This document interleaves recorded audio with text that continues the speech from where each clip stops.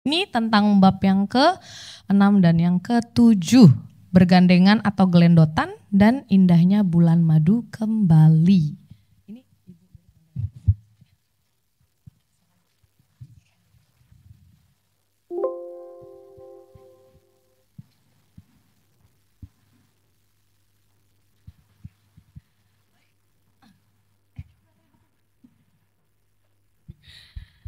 Baik, terima kasih. Halo Ibu Charlotte. Halo, Selamat malam. Bagaimana kabarnya Bu? Baik. Puji Tuhan.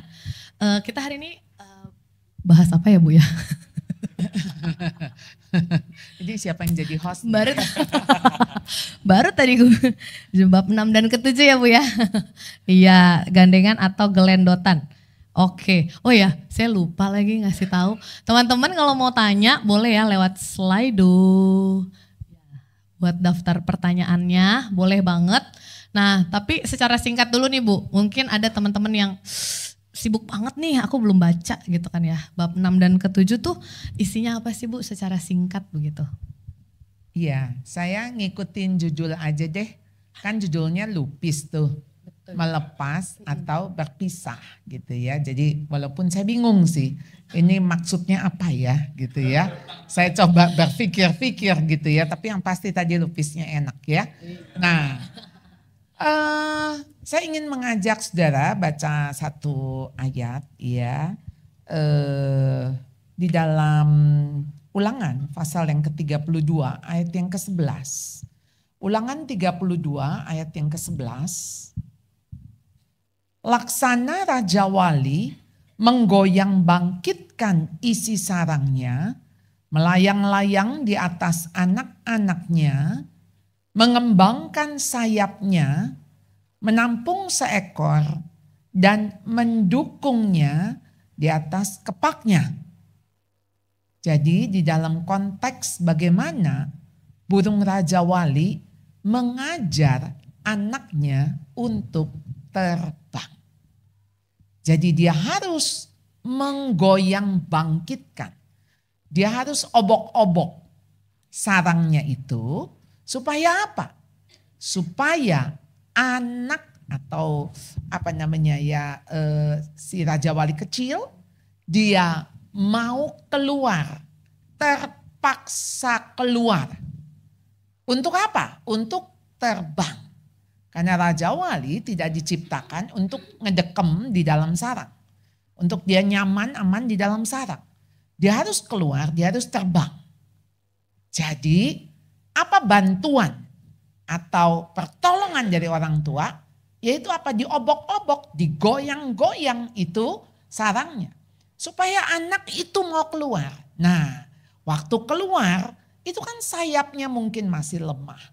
Lalu apa yang dilakukan induknya? Dia mengembangkan sayapnya menampung seekor. Nah, ketika dia tampung tentu saat anaknya ini nyaris jatuh, udah lemes. Lalu apa? Untuk mendukung di atas kepaknya. Tapi apakah dia terus mendukung di atas kepaknya? Atau dia kembalikan lagi ke sarangnya? Pasti tidak. Dia akan kepakan lagi untuk si anak ini terbang. Kira-kira saudara paham? Apa yang dilakukan oleh burung Raja Wali ini? Mengajarkan kita. Kita itu ngedidik anak. Itu bukan nanti di dunia yang aman, nyaman. Lalu sekarang kita kasih bubble wrap, ya bubble wrap tuh apa tuh? Ya, pelindung. Kalau Anda kirim barang yang ringkih, pasti Anda akan bungkus itu dengan bubble wrap. Untuk apa? Supaya barang itu nggak hancur, supaya nggak pecah. Nah, saudara, itu yang kita lakukan kepada anak-anak kita, ketika kita memberikan overproteksi kepada anak. Over namanya juga over. Nah, jadi apa? Anak kita harus terbang. Dan terbangnya harus terbang tinggi. Jadi kalau dia terbang tinggi harus dilatih. Ya, tadi berkali-kali ada kata yang Deborah katakan khawatir. Termasuk suaminya juga khawatir. Saudara, di dalam kekhawatiran kita pasti kita tidak akan mengizinkan untuk anak-anak kita menderita, anak kita sakit, anak kita susah, anak kita sedih. Nah, saudara, oleh karena itu memang janganlah engkau khawatir.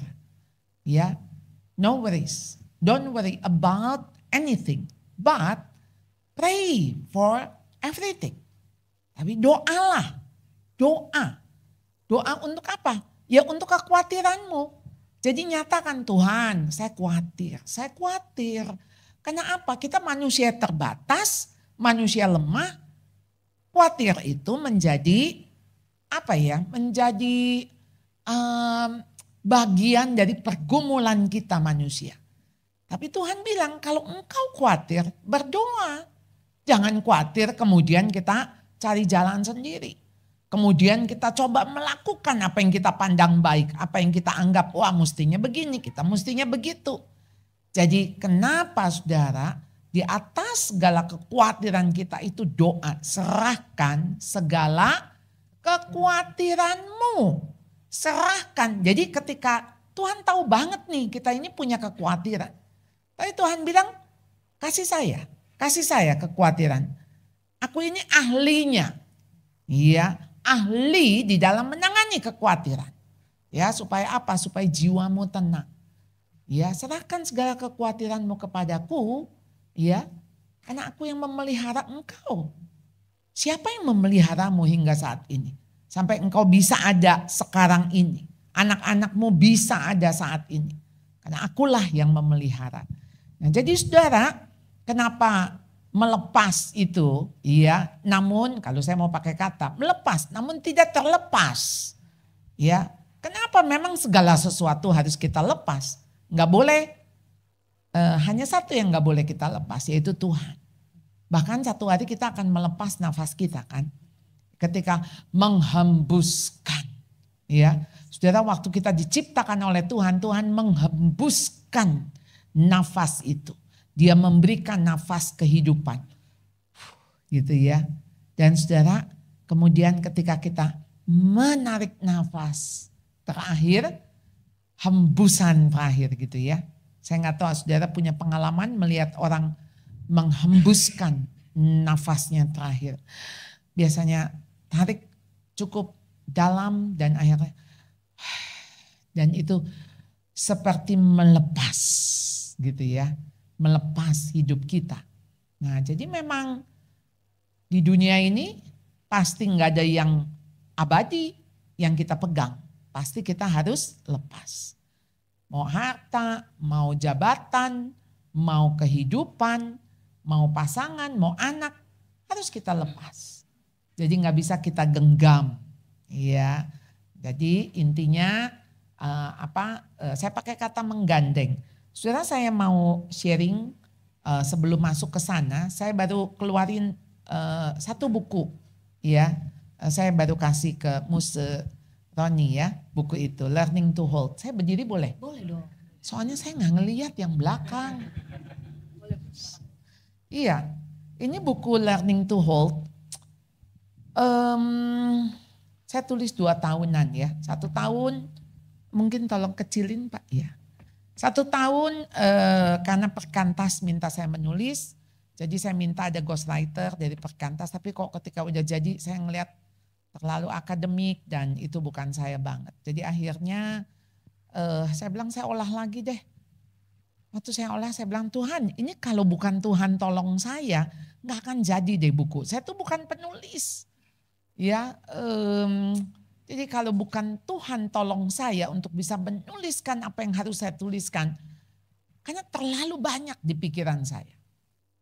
Jadi tiba-tiba Tuhan satu waktu saudara kayak ada suara seperti gini. Kayak suara anak yang menjerit atau teriak. Atau cry out gitu. Menangis. Ngomong sama mamanya, Mama aku hamil. Aku gay. Aku mau mati. Jadi dari tulisan-tulisan udah jadi itu 10 bab. Saya bilang ayo kita bongkar lagi deh. Sekarang saya mulai masuk dengan judul-judul itu. Jadi Learning to Hold itu juga judulnya baru. Biasa ya.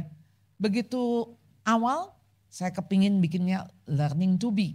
Karena menjadi orang tua itu being, bukan having. Jadi bukan soal saya punya anak, tapi soal saya jadi orang tua. Jadi banyak orang bisa punya anak, tapi nggak bisa jadi orang tua. Jadi having children dengan being parents dua hal berbeda. Udah tuh judul learning to be. Sampai waktu saya pikir ini bab-bab ini mesti berbicara tentang bagaimana parenting buat anak-anak dewasa. Jadi dewasa itu berarti yang setelah SMA. Dan ternyata nanganin anak-anak dewasa nggak lebih mudah daripada anak-anak kita masih kecil. Bahkan lebih sulit. Anak dewasa nggak mau ke gereja, nggak bisa kita seret. Nggak bisa kita iming-imingin. Nanti pulang gereja kita makan yuk. Kalau masih kecil, langsung berangkat. Udah gede, enggak, aku nggak mau. Nggak bisa kita paksa untuk kerja. Nggak kita bisa paksa untuk dia kawin. Apalagi sekarang, anak-anak nggak mau pada punya anak. Iya. Lalu dengan berbagai alasan. Jadi kita memasuki sebuah fase yang tidak mudah. Belum lagi ada bab, mapa pasanganku selingkuh. Karena perselingkuhan itu akan luar biasa, nantinya akan tambah lama, tambah banyak. Jadi waktu saya menulis ini juga penuh dengan air mata. Bahkan kalau Anda tahu minggu lalu tuh FDC, Family Discipleship, kita bikin conference. Bagian saya parenting for adult ya, buat adult children. Saya rasa berminggu-minggu hati saya berat. Saya cuma bilang sama Bu Anne, Pak Christian, saya bilang, aduh saya tuh, karena waktu itu kan bunuh diri kayak hampir tiap minggu gitu ya. Saya bilang ini kita tuh menghadapi masa-masa gelap, masa-masa berat. Saya bilang apalagi kayak kasus Surabaya dan sampai hari ini Surabaya kayaknya tetap top hit ya, trending topics gitu ya. Dengan kasus bullying. Jadi saya cuma bilang, ini iblis lagi kerja abis-abisan. Kayak dia tahu waktunya nggak panjang. Jadi dia sedang kerja keras untuk menghancurkan anak-anak kita, menghancurkan keluarga Kristen, menghancurkan sekolah Kristen, menghancurkan gereja. Itu yang kita lihat. Nah, jadi akhirnya saya pikir, apa yang orang tua mesti belajar? Learning to hold. Belajar untuk merengkuh yang rapuh dan jatuh. Memeluk yang terpuruk. Merangkul yang terpukul. Jadi waktu di dalam pembagiannya, saya itu kalau nulis sama seperti learning to learn ada pola. Jadi saya mau pakai pola, sebelum anak ngalamin itu, orang tua harus apa? Dan sesudahnya. Jadi kalau anak bilang, ma aku mau mati. Sebelum anak mau ngomong mati, jadi Anda harus apa nih? Saya pakai kata menggandeng. Menggandeng itu memberikan value, memberikan nilai-nilai. Lakukan selama dia tuh belum ke sana. Tapi kalau sampai dia kepleset, dia jatuh, dia terpuruk, ya menggendong. Tentu gendong tuh pasti lebih berat. Tapi ya kan Anda gak bilang, ya kalau kamu begini gak usah jadi anak mama, gak usah jadi anak papa. Kan dia tetap anak kita bukan? Ya, ya cuman bedanya ya sekarang dia jatuh. Dan saat dia jatuh, dia perlu dipikul, dia perlu digendong. Nah, jadi buku ini ada 15 bab, masalah-masalah sebelum menikah dan masalah-masalah setelah menikah. Jadi buku yang saya pikir saya baca lagi, saya bilang, kayaknya saya masih mau nambahin ya. Tirsa salah satu tim, Bu udah stop dulu kalau nggak jadi-jadi nih buku ya. Karena tiap kali lihat masih mau nambahin. Tetapi paling enggak membangun awareness. Awareness, kita tuh masuk ke fase yang dimana kita melepas anak. Tapi anak siap dilepas enggak? Jangan-jangan anak kita nggak siap. Saya ingat ada satu hamba Tuhan. Saya waktu retret di Medan, ya, tempat saudaranya Shirley, ya. Waktu itu lagi retret, ada satu pembicara, Pak Edward Iwi, dia sharing. Jadi dia bilang, waktu anak saya mau pergi ke Jerman, ya, ibunya tuh udah ngomong berapa bulan, nanti kamu kalau di Jerman jangan begini, jangan begitu. Perjalanan menuju ke bandara, ngomong lagi. Sampai di bandara juga ngomong lagi nih, menuju ruang imigrasi. Nah, udah sampai situ dia bilang, saya tarik tangan istri saya, cukup. Sekarang papi yang ngomong. Iya, kamu masuk dan belok, nggak lihat lagi muka papi, muka mami. Kamu cuman punya 2 pilihan. Mau jalan sendiri atau jalan sama Tuhan. Kayaknya itu kalimat cukup menyimpulkan yang berbulan-bulan. Mau jalan sendiri atau jalan sama Tuhan. Karena apa? Kita udah gak bisa lagi, tangan kita udah gak sanggup untuk merangkuh dia, untuk kita tetap mencengkram dia, gak bisa. Tangan kita udah terlalu jauh. Iya. Jadi saudara, begitu anak-anak masih ada di dalam konteks hidup Anda, masih menjadi tanggung jawab. Ayo gandeng. Siapa yang menggandeng tangan anak-anak kita? Dunia, games, medsos. Itu yang menggandeng mereka. Jadi saudara, jangan biarkan anak-anak ini saudara untuk ada di pelukan. Ya kalau saya mau bilang cengkraman lebih tepatnya. Karena waktu Tuhan didatangi anak-anak, apa yang Tuhan Yesus lakukan? Yesus memeluk anak-anak itu dan memberkati. Ya, memeluk. Jadi itu yang Yesus lakukan. Dia peluk anak-anak. Ya karena dia tahu iblis tuh berusaha menarik untuk anak-anak ini jatuh. Iya. Jadi saudara, mari kita siap berperang buat anak-anak kita. Saya harus ngomong kata perang. Karena perangnya kita tuh bukan perang melawan orang tua, temennya, sekolahnya, gurunya. Bukan. Ini ada penguasa-penguasa di udara. Ada roh-roh jahat yang ingin menghancurkan anak-anak kita. Jadi kalau saudara gak mau pakai lutut, saudara gak mau doa sungguh-sungguh, saudara gak mau bawa anak ke hadapan Tuhan, saudara, kita mungkin nangis, sampai nangis darah juga gak bisa saudara. Tadi pagi saya seminar, ada satu ibu bilang, Bu, anak saya SMP kecanduan pornografi. Apa yang harus saya lakukan?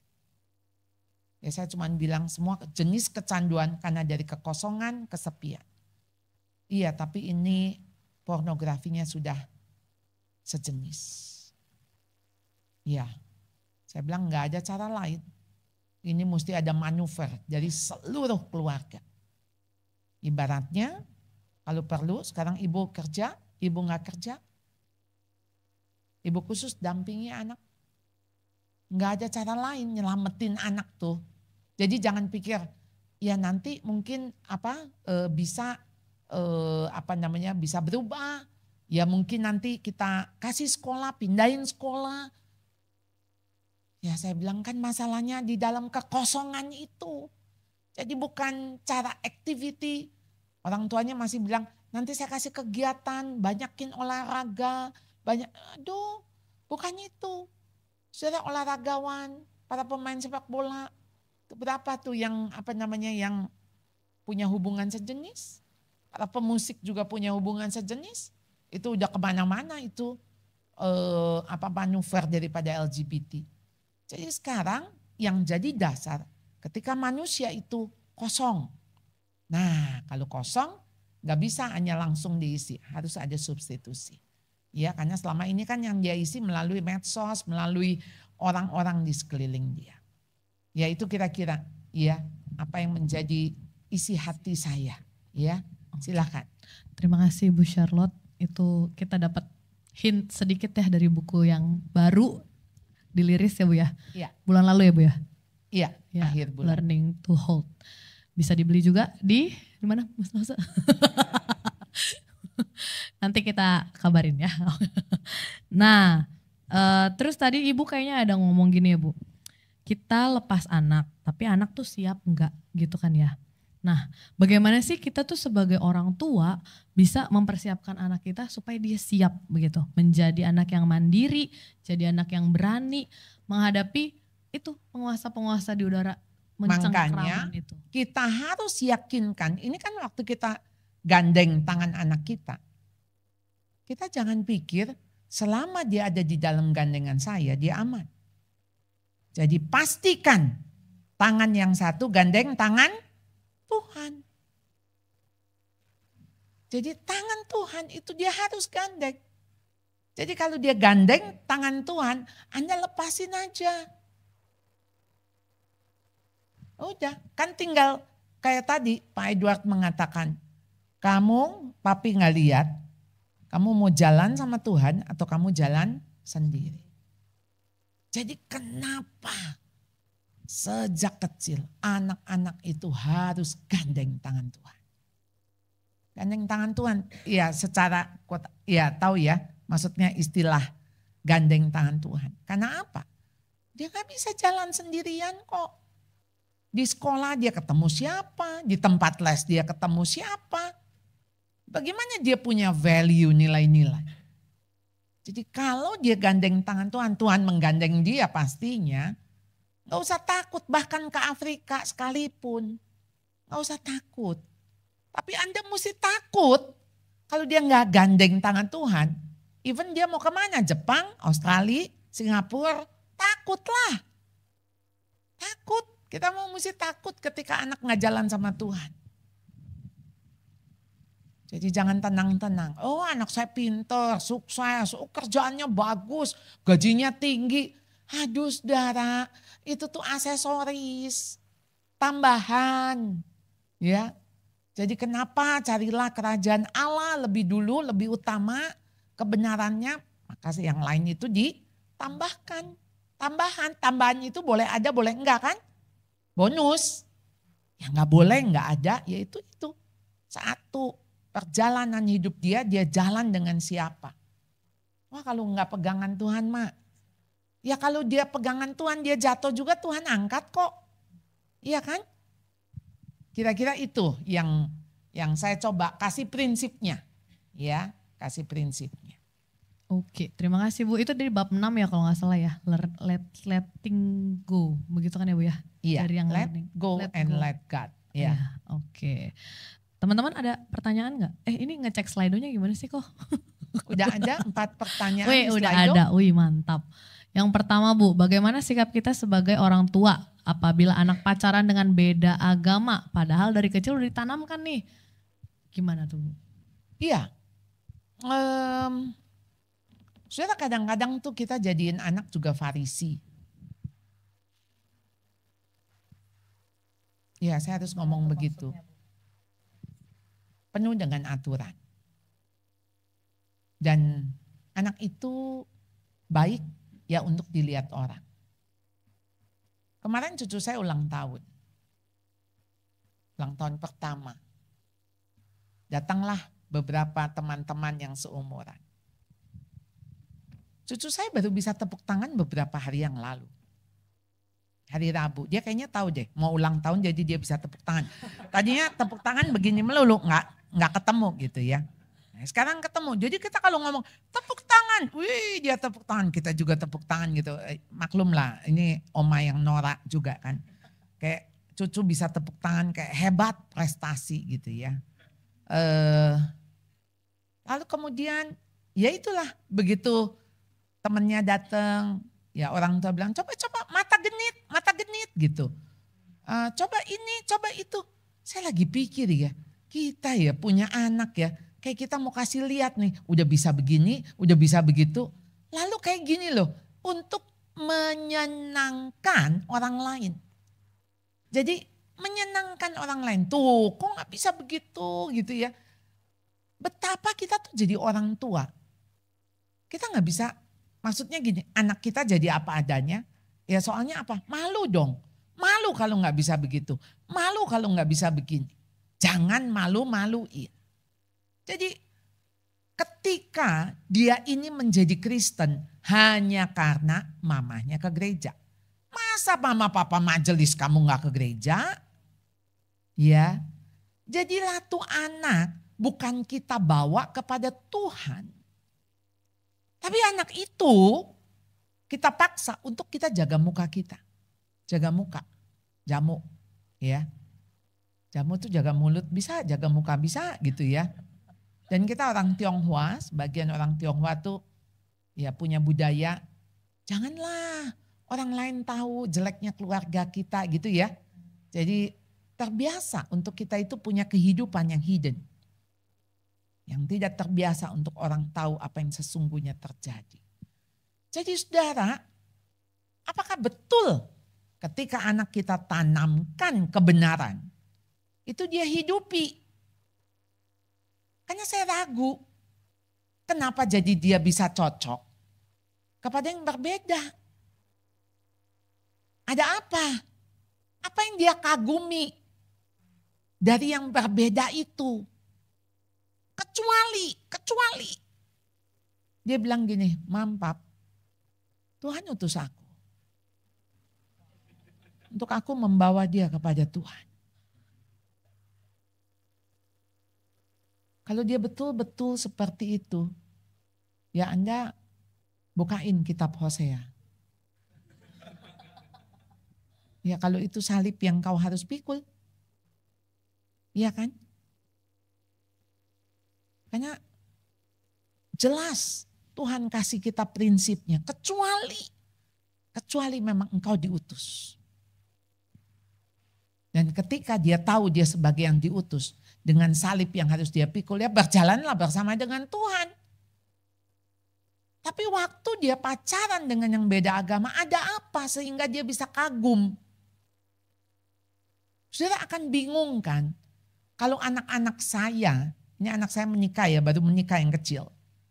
Misalnya dia punya pacar atau dia pilih istri yang beda sekali dengan saya.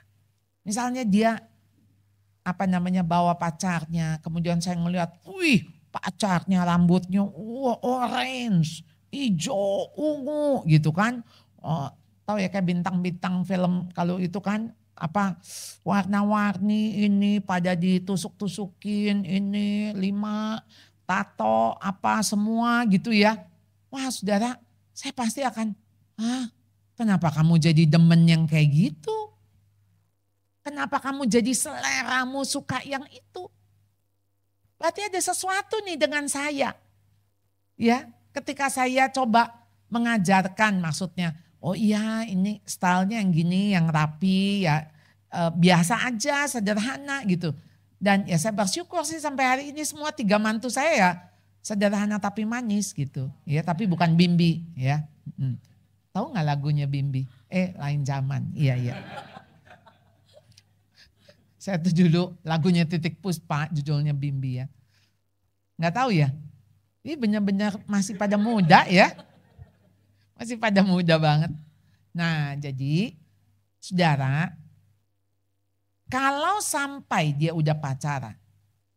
Ini tadi, gandeng, udah lewat kan masa gandeng. Jadi saudara apa? Gendong. Kalau nggak hilang juga kok. Malah dia pergi sama pacarnya. Daripada dia hilang, ya saudara rangkul. Sambil apa? Nih bayarnya pakai dengkul. Doa. Beberapa pengalaman teman-teman saya yang mengalami hal ini. Waktu dia berseteru dengan anaknya, saya bilang, kamu makin berseteru, dia akan makin nempel sama pacarnya. Jadi bayangin nanti ketika misalnya kamu tuh ya udah pacar kamu begitu bla bla gitu kan. Nah dia kan pasti cerita dong sama pacarnya. Gua tadi sama nyokap gua sama bonyok gua berantem bla bla bla bla. Itu si pacar pasti ngomongin, "Ya kan gara-gara gue kan lo menderita, lo susah, sorry banget ya." Lah apa dia nggak ngelihat Kita monster, dia malaikat. Iya kan? Maksudnya kan?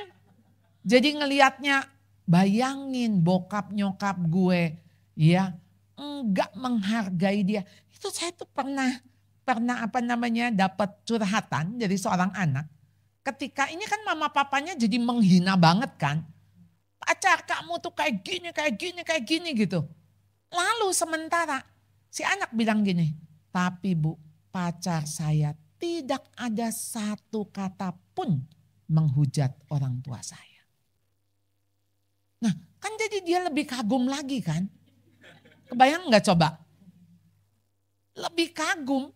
Kenapa? Karena pacar gue walaupun dia bukan Kristen, dia lebih Kristen daripada nyokap gue. Ya kira-kira begitu tuh kalau di dalam bahasanya. Dia lebih Kristen. Dia lebih baik ya. Lebih baik. Jadi buat apa jadi orang Kristen? Nah di situ anak-anak kita kan udah gede. Dia udah bisa mikir. Jadi caranya apa? Deketin itu anak, rangkul, doa. Beberapa putus 1 tahun. Putus. Waktu teman saya bilang, putus loh bu.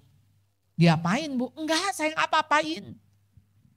Saya kan ikut nasihat ibu, tapi saya doa. Putus. Saya bilang yes, kamu melibatkan Tuhan. Tuhan mampu kok. Jadi jangan pakai cara kita. Ya apalagi pakai orang pinter. Pakai apa-apa, gimana caranya, udah gitu pakai ngancem biasanya kan. Kalau kamu mau tetap sama dia, papi nggak sekolahin. Putus hubungan kita, orang tua anak, apalah segala macam. Kita pikir ancaman mempan. Kalau anak itu udah nekat, kita juga yang nangis darah, ya enggak? Kita juga yang akan kehilangan. Iya. Ya sudah, kira-kira gitu. Ya, next. Saya jawab aja atau kamu tanya? Udah ada sih Bu, silakan Bu. Apa yang kami lakukan untuk mempersiapkan diri menghadapi perubahan dari fase anak-anak menjadi remaja atau dewasa agar tidak kehilangan kedekatan? Ya memang harus intens hadir dalam hidup anak. Intens. Dan hadir itu pasti butuh waktu. Dan butuh waktu, butuh komitmen. Jadi nggak bisa gini, saya sih mau bu, tapi gimana? Kan saya mesti tetap kerja. Ya saya sih memang mau bu, tapi gimana? Ini kan ada peluang. Ya. Ya habis gimana? Nah itu kalau habis gimana? Saudara jangan lemparin pergumulan itu ke orang lain. Saudara cuma tinggal ada pilihan kok. Kita ada pilihan. Pilihannya mau apa? Lalu yang mana prioritas? Itu aja. Saya ketemu dengan pasangan-pasangan yang suami bekerja di tempat lain. Iya. Saudara saya bergumul waktu waktu suami saya selesai S2 ya, spesialis. Jadi dia harus ke Palu. Itu saya sampai konsul dengan satu hamba Tuhan. Saya bilang, saya apakah perlu ikut suami saya? Udah jelas 1 tahun. Karena kan masa bakti ya, ke Palu, Sulawesi Tengah. Dia cuma bilang gini, anak-anakmu udah besar. Waktu itu udah kayak SD kelas 4, kelas 5 begitu ya. Kalau hanya batas waktu 1 tahun, ya 1 tahun itu sebagai batas. Jadi artinya saya akan bolak-balik, nah saya udah hitung tuh selama 1 tahun akhirnya saya hitung saya 14 kali ketemu sama suami. Entah saya yang kesana atau dia yang pulang. Ada liburan saya bawa anak-anak begitu. Nah jadi setahun itu udah harus ada keputusan suami saya melayani di Palu atau dia kembali ke Tangerang.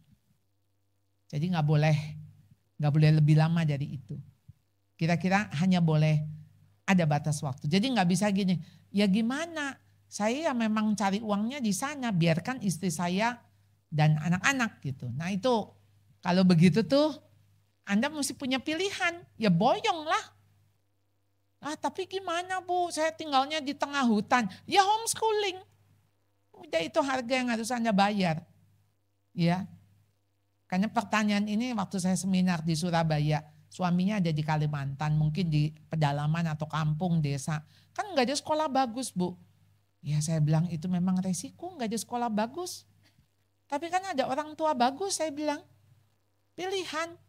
Lah nggak ketemu bapaknya sebulan, 2 bulan, 3 bulan.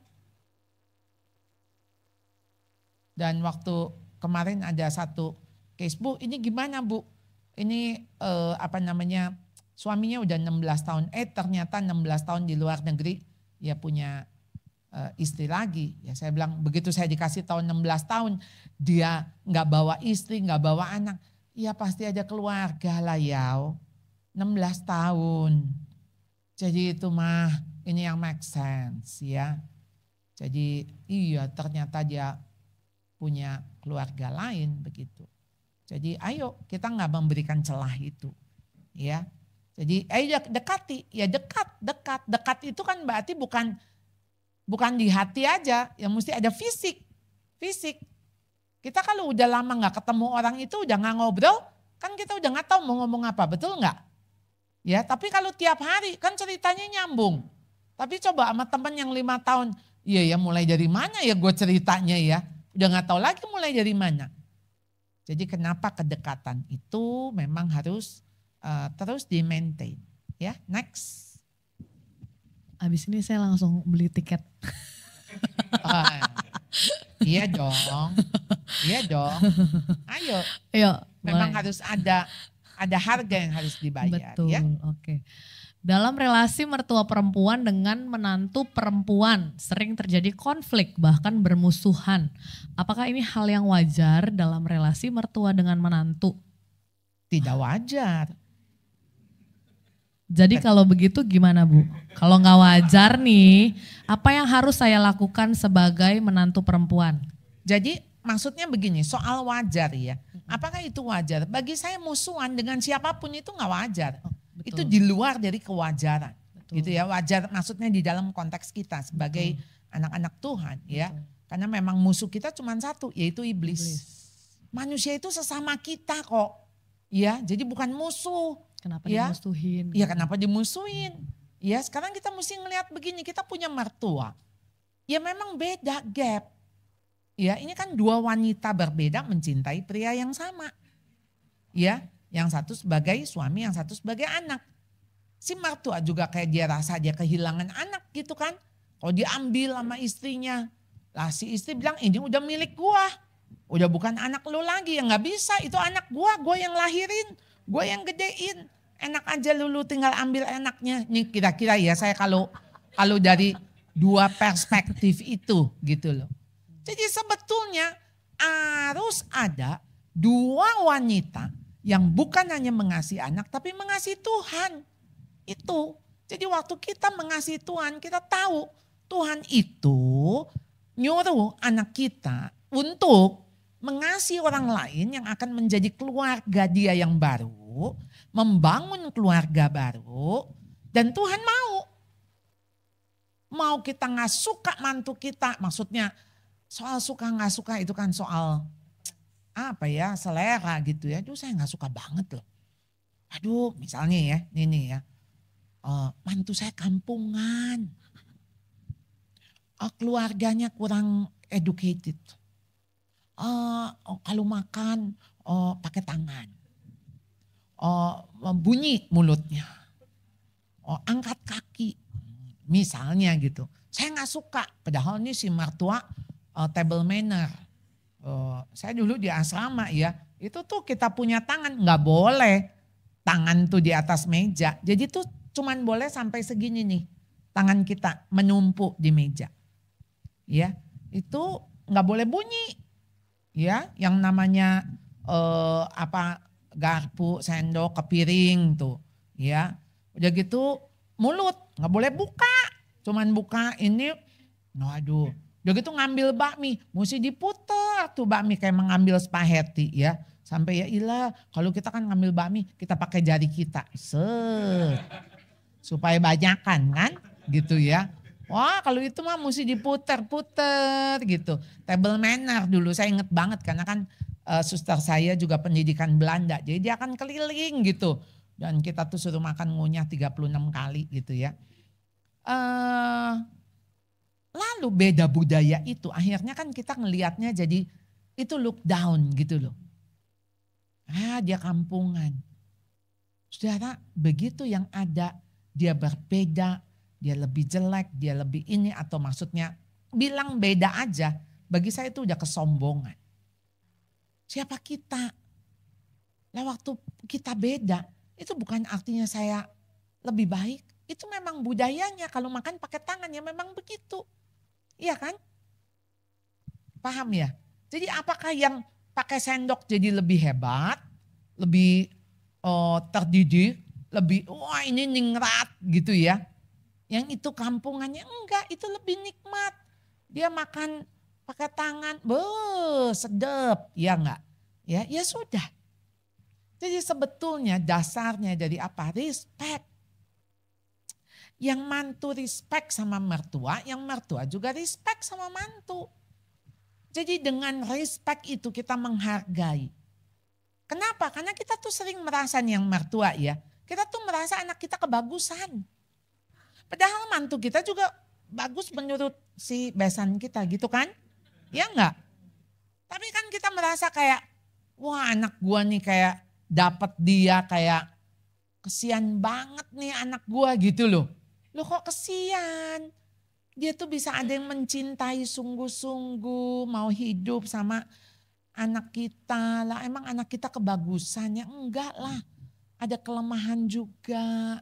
Tapi ada orang yang mau mencintai, mau mendukung, menopang, mau setia di dalam hidupnya. Ya kita mesti bersyukur. Iya kan? Coba perspektif apa coba? Yang sehingga kenapa ini bisa jadi musuh? Saya nggak kebayang mantu sama mertua kalau musuh. Ini yang menderita pasti si anak. Ya dong bagaimana nih dua wanita ini musuhan?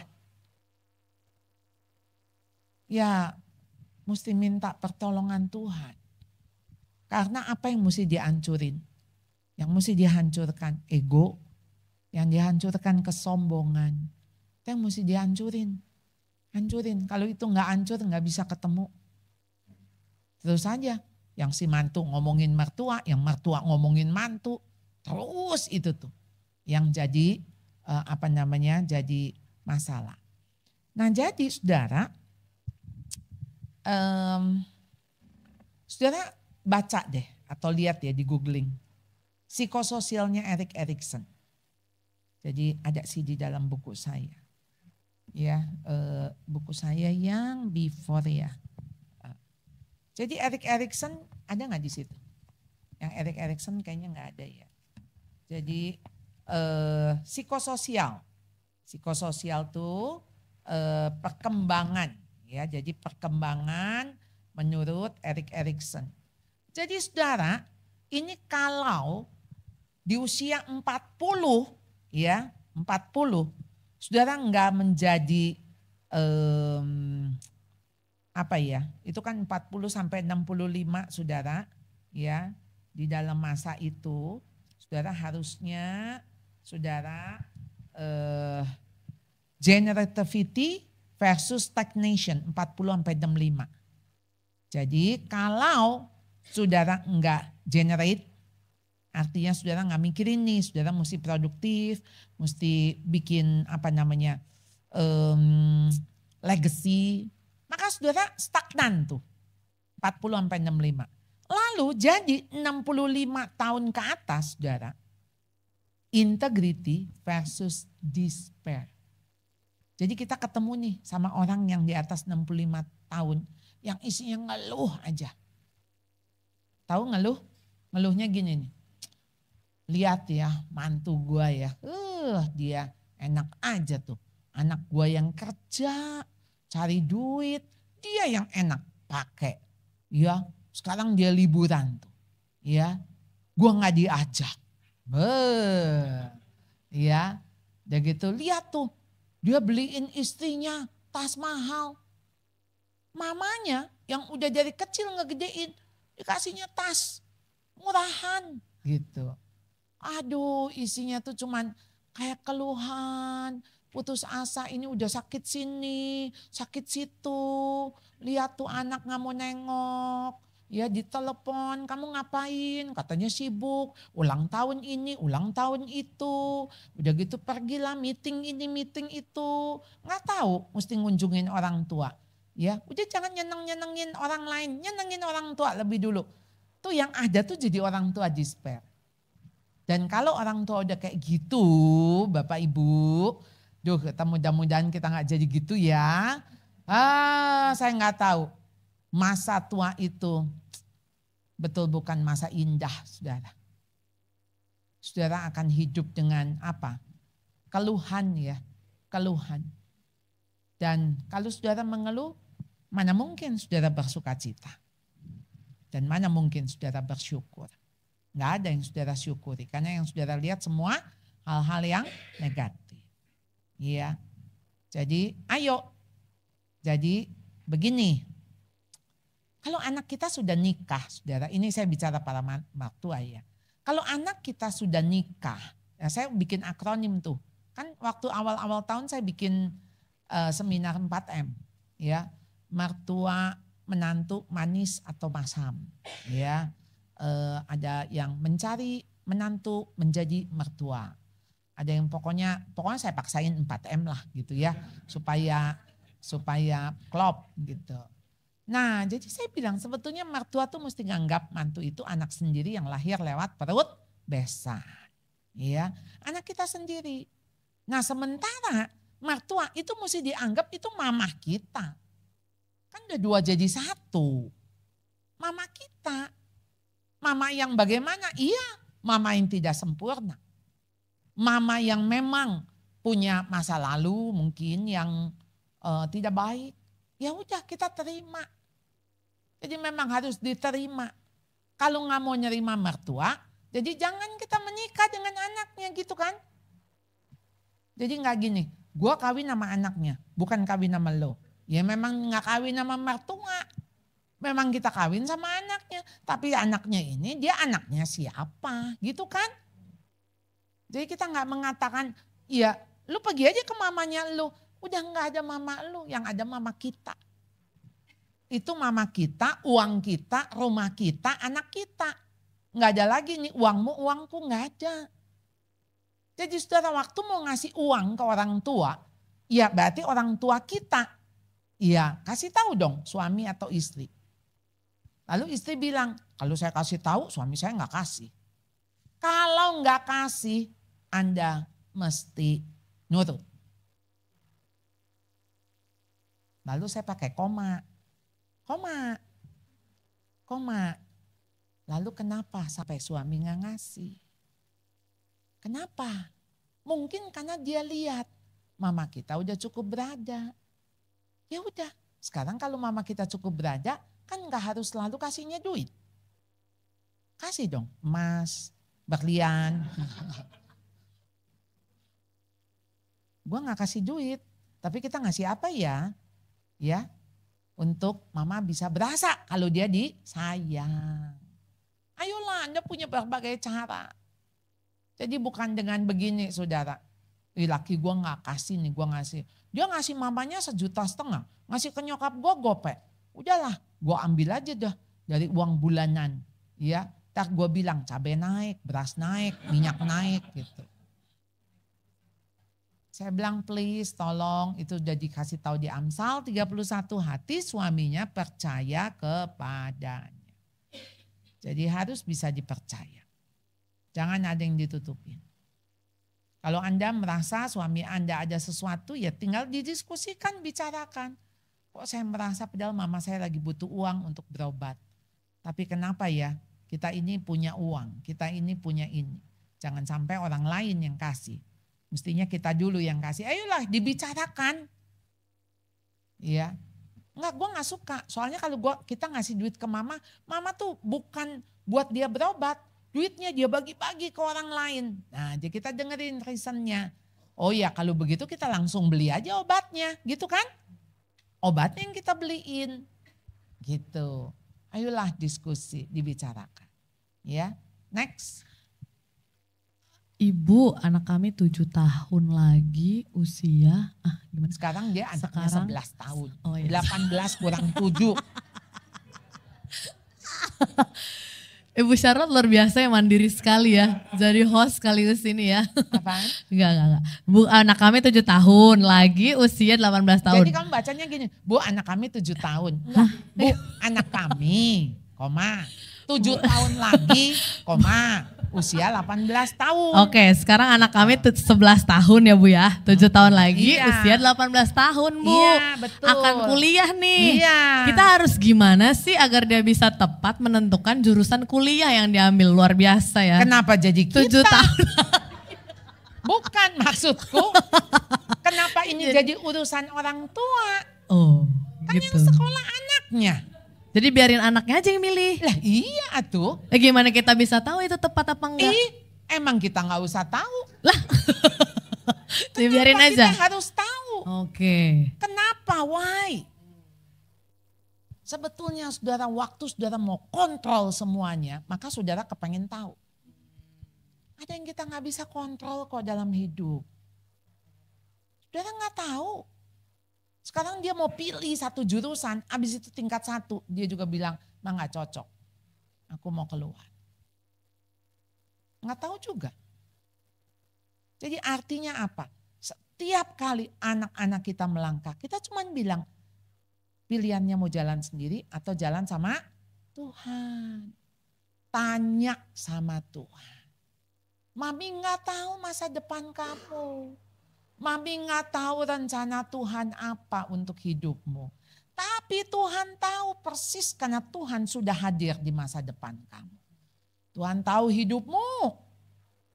Tuhan udah tahu kapan matimu. Ini kalau ngomong dalam hati kan. Ya. Tahu gitu loh. Tahu dia matinya ketelak baso, apa keserempet beca, apa-apa. Tahu maksudnya di dalam kemahatauan Allah. Nggak ada yang tersembunyi. Lalu kenapa kita sampai perlu kita yang menentukan? Kita yang harus tahu gitu. Gak usah saudara. Dan kita gak perlu sok tahu juga. Karena banyak hal yang kita gak tahu. Saya suka lagu yang I don't know who holds the future ya. Aku gak tahu masa depan ya. Masa depannya emang gak tahu.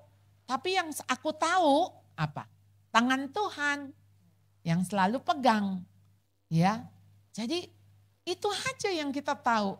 Makanya Tuhan kasih kita hidup selangkah demi selangkah. Selangkah aja. Ini belum tentu juga sampai 18 tahun. Maksudnya 2 tahun lagi Tuhan Yesus sudah datang. Iya. Bisa kan? Maksudnya bisa gitu loh. Jadi itu kita gak usah kejauhan. Kita perlu gak persiapin dia? Perlu. Sebetulnya nih kalau mau dipersiapin apa? Masa depan yang di dalam kekekalan. Karena mah itu udah pasti. Kan hidup di dunia gak pasti. Tapi yang pasti apa? Kekekalan kan. Jadi ini anak saya. Kalau ternyata umur 15 tahun Tuhan panggil. Apakah dia bersama dengan Tuhan? Itu aja. Kalau dia bersama dengan Tuhan di dunia.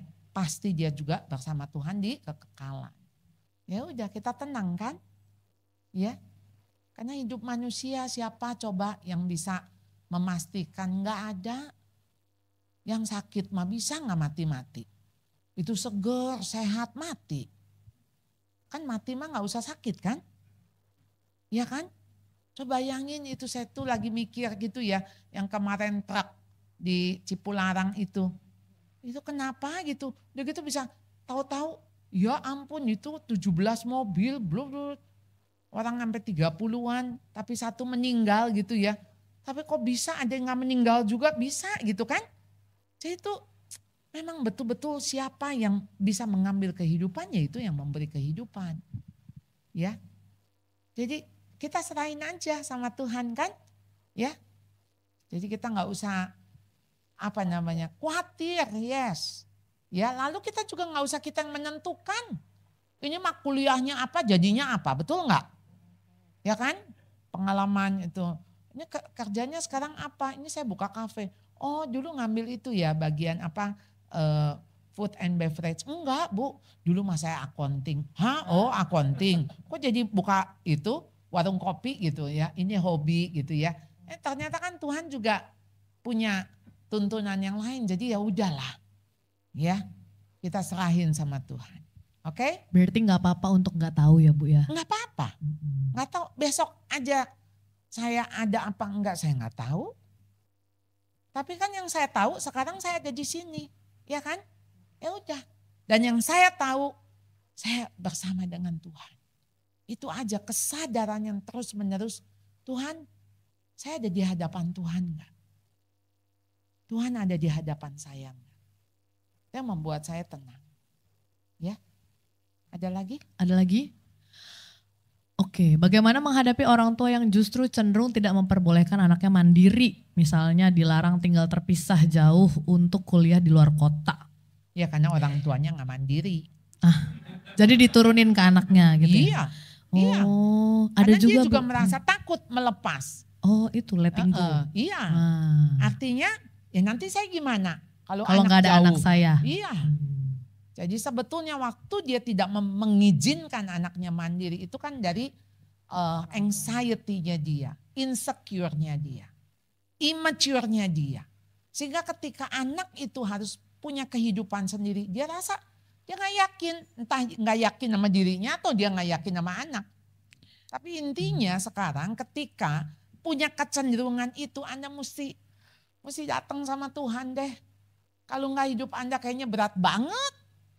Nih yang nanya ya. Yang nanya kayaknya anaknya deh Bu itu kayaknya ya. Menghadapi orang tua gimana nih gue orang tua gue nih nggak ngebolehin gue pergi keluar kota. Juga, bisa juga gini. Gitu Bu. Jadi si anak coba yakinkan kepada orang tua, aduh saya nggak kenapa-napa Ma. Nih saya coba dulu ya ke Bogor aja dulu nih, ke Bogor Ma. Ya kan? Kalau misalnya nih dulu orang tua saya overprotective. Siapa nama temanmu itu? Nomor bapaknya mana? Alamat rumahnya mana? Kayak gitu Bu. Ke Bogor aja ditanyanya kayak gitu. Detail sampai nomor HP orang tuanya. Ya kan kita nggak tahu Bu. Iya. Gimana? Orang kita pergi sama anaknya. Iya orang bukan sama bapaknya. Udah gitu dia minta kartu keluarga. KTP bapaknya. Iya Pinjol. KTP bapaknya. Nah jadi memang dari orang tua yang insecure sebetulnya. Jadi kita harus bisa memahami ada trauma apa nih si orang tua sampai kok rasanya dia nggak mau kehilangan si anak dan sangat khawatir. Nah khawatir tuh membelenggu kita loh, nggak akan membebaskan. Kita terus menerus dihantui dengan ketakutan dan ketakutan. Jadi ya kalau kita anak ya cobalah berarti selama kita tentu masih ada kita kuliah dan akhirnya kita ada di situ ya kita melihat. Tapi setelah itu ya ngomong sama orang tua, ya Mama nggak usah khawatir, aku tiap hari telepon. Nah itu buktikan coba dengan tiap hari telepon. Coba aja dengan ditinggal dulu 3 hari ke Bali gitu kan, seminggu ke Jogja gitu. Tapi ya coba tiap hari telepon dan nggak apa-apa kan aku seminggu aku bisa pulang gitu ya. Jadi yakinkan si orang tua. Berarti bukan cuma letting go kepada anak ya, tapi letting go maksudnya orang tuanya gitu juga ya. Kita gimana sih gue ngomong apa sih? Ya gitu. Oh maksudnya apa sih? ya. Jadi maksudnya ya dicoba dulu ya, dibicarakan baik-baik ya pertama ya Bu ya. Terus abis itu dilatih. Oke, next. Wah, anak kami menjadi korban bully di sekolah. Dan masalah ini sampai ke pimpinan sekolah. Sejauh apa peran kami sebagai orang tua untuk mendampingi anak kami? Bagaimana menyelipkan peran Tuhan dalam menghadapi hal ini? Apapun yang terjadi, saya tetap percaya entah Tuhan izinkan, ya, atau Tuhan biarkan, tapi ya tetap ada otoritas, iya, ada otoritas Tuhan. Lalu sekarang ketika udah sampai ke pimpinan sekolah, kita coba percayakan, artinya berarti ini ada masalah. Ya, tapi masalah kan seringkali orang tua melihat anak benar, anaknya benar, anak orang lain yang kagak benar.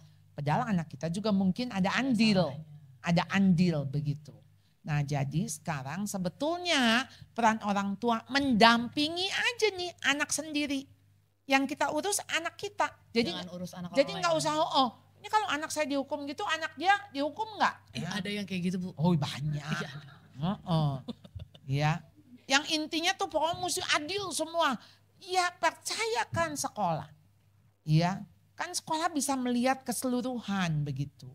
Ya, kalau Anda udah nggak percaya sama sekolahnya ya udah pindah sekolah.